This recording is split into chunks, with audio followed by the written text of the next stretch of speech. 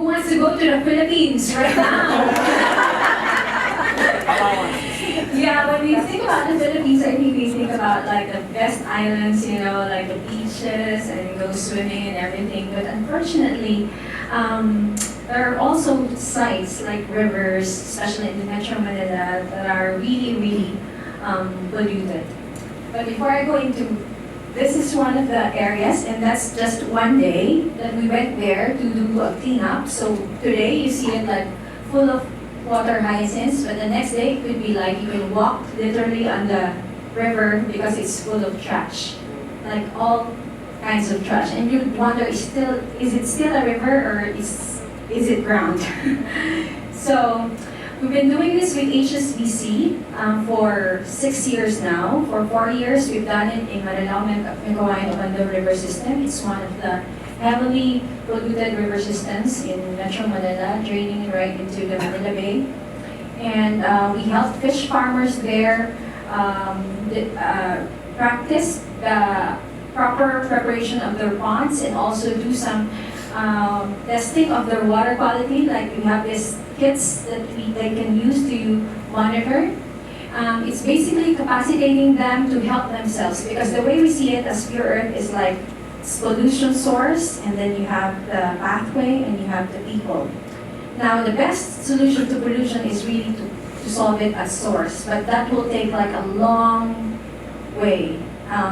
You had to have the government to do some programs and policies, and just from the national government to the regional and then to the local government. So while we're doing something on that end, we also have to do something to cut the pathway of pollution from the source to the population. And that's one would be identified, the fish farms, because the source of their water is polluted rivers.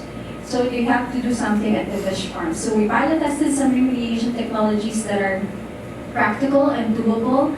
And we learned that even it's just the proper pond preparation can help actually reduce like pollution in the fish farms. And we're happy that one of the fish farmers there, they're headed by a woman also.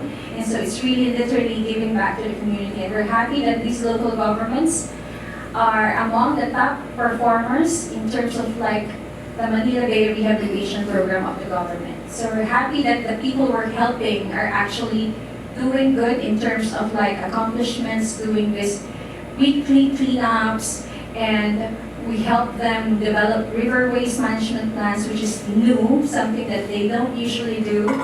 And a lot of interest has come into helping communities really learn how to come together from the private sector and the public sector, and us as an NGO to put our acts together and do something that's really impactful that will help save lives, especially along the communities that are along the river systems.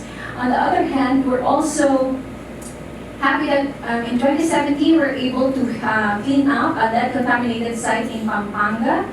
This site is, for 20 years, the industry has been operating there and no one is stopping them, the people are being affected.